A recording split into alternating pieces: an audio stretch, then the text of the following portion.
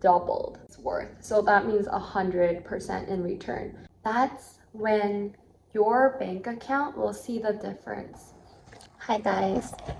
Today I have some money saving tips that I wanted to share and things that I have followed for many years until I reached this point. So first and foremost is living below your means. After college, I had two friends. Both friends graduated from a CS degree and their entry jobs were rather high paid salaries. One person spent $1,400 for housing only, and the second person went off and got a room, was subleasing for an entire year.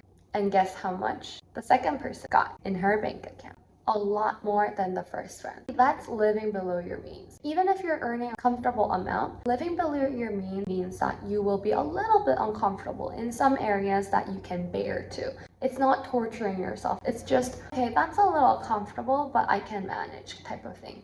It may sometimes mean not eating out as much, not meeting friends as much, maybe inviting them to your home instead of going out to a bar. You can always find some ways not to spend that much money. The first few years after college is really when your lifestyle is built on a habit, and that habit is gonna go a long way. First 5 years after college, that's when your bank account will see the difference. It's those habits that you build during that time will guide you throughout the rest of your 20s, 30s, and so on.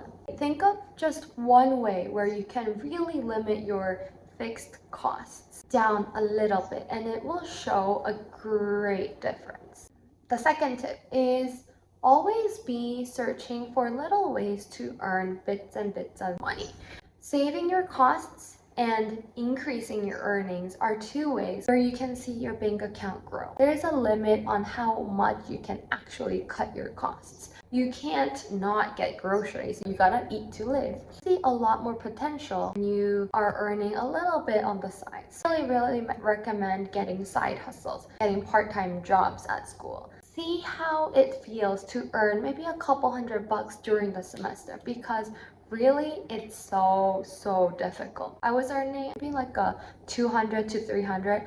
Even for those couple hundreds, I was working 20 hours a week. It didn't sum to a great deal of money. I learned to balance my work, my homework life, my social life. It was those three things that you will continue to balance throughout your years. So I recommend starting that from early on. And then the third tip, I can't emphasize how important it is to invest.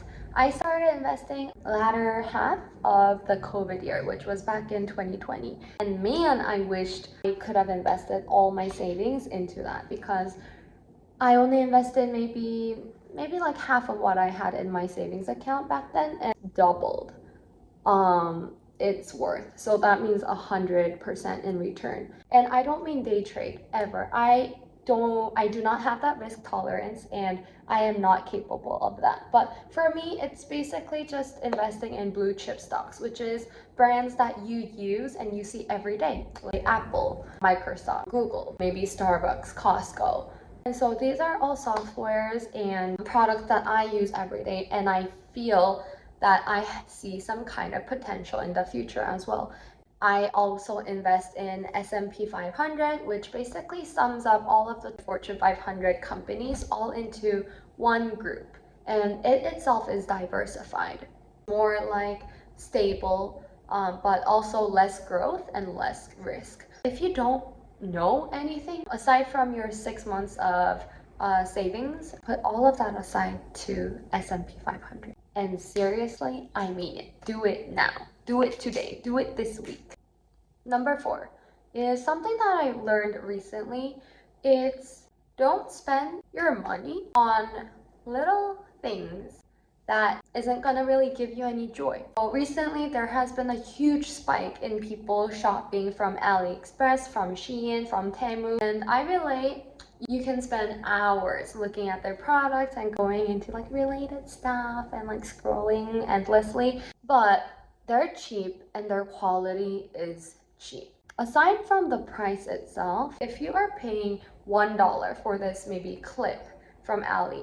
You aren't going to treat it as special as a dollar that costs maybe $10. Your mindset on these two different clips is gonna be different. Instead of buying a lot of cheap things, because buying things also take away your space and your time and your energy, and those are things that you cannot get back even if you get a refund from the product. Stop wasting money on those cheap made products and instead buy things that will last you a lifetime, and that will save you so much money in the long term. So these are some of the tips that I personally thought that made the most difference in my life.